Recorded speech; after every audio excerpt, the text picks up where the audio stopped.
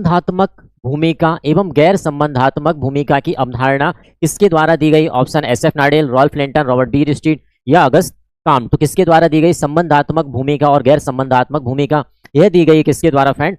SF नाडेल के द्वारा। किसके द्वारा दी गई फ्रेंड? SF नाडेल के द्वारा यह दी गई है। चलिए ऑप्शन की बात कर लेते हैं। ऑप्शन क्या है हमारे पास? रॉल्फ लिंटन की बात करें, रॉल्फ लिंटन ने क्या बात कही है friend? The study of man, the study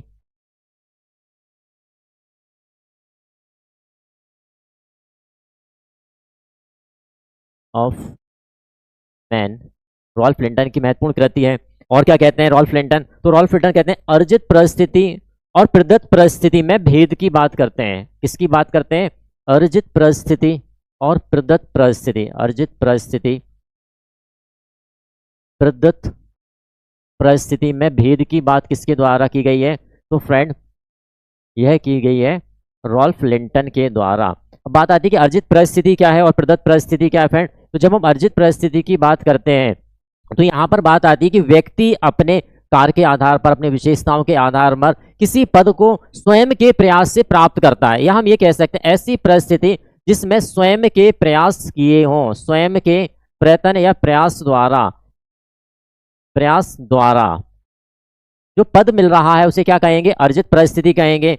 और प्रदत्त परिस्थिति किसे कहा जाता है? जन्म आधारित। कैसी फ्रेंड? जन्म आधारित, या जन्म को आधार मानकर जो पद हमें मिल जाया करते हैं वो सारी क्या हो जाती है? प्रदत्त परिस्थिति हो जाती है। चलिए अगस्त काम्ट नेक्स्ट विचारक को देखते हैं। अगस्त काम्ट, तो अगस्त काम्ट को हम क्या कहते हैं? फादर ऑफ सोशियोलॉजी, या हम ये कहते हैं समाज शास्त्र का जनक किसे मानते हैं? समाज शास्त्र का जनक, ठीक है ना। समाज शास्त्र का जनक किसे कहा जाता है फ्रेंड? तो यह कहा जाता है अगस्त काम्ट को, जिन्होंने प्रत्यक्षवाद के बारे में बात करते हैं। प्रत्यक्षवाद की अवधारणा किसके द्वारा दी गई फ्रेंड? अगस्त काम्ट के द्वारा दी गई है। विज्ञानों का स्त्रीकरण की बात किसके द्वारा की जाती है? विज्ञानों का स्त्रीकरण किसके द्वारा बताया गया है?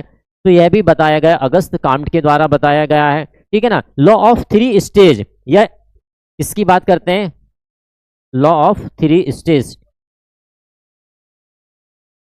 ठीक है ना। लॉ ऑफ 3 स्टेज में ये क्या बताते हैं? मानव चिंतन की 3 अवस्थाओं की बात करते हैं। जब हम लॉ ऑफ 3 स्टेज की बात करते हैं अगस्त काम्ट के, तो वह मानव के चिंतन की 3 स्तर को बताते हैं।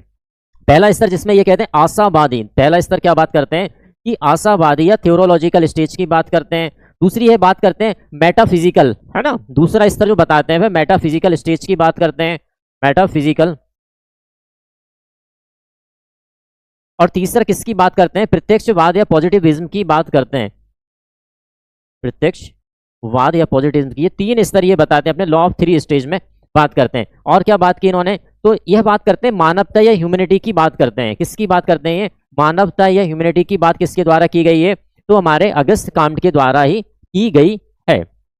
चलिए फ्रेंड नेक्स्ट प्रश्न पर आते हैं।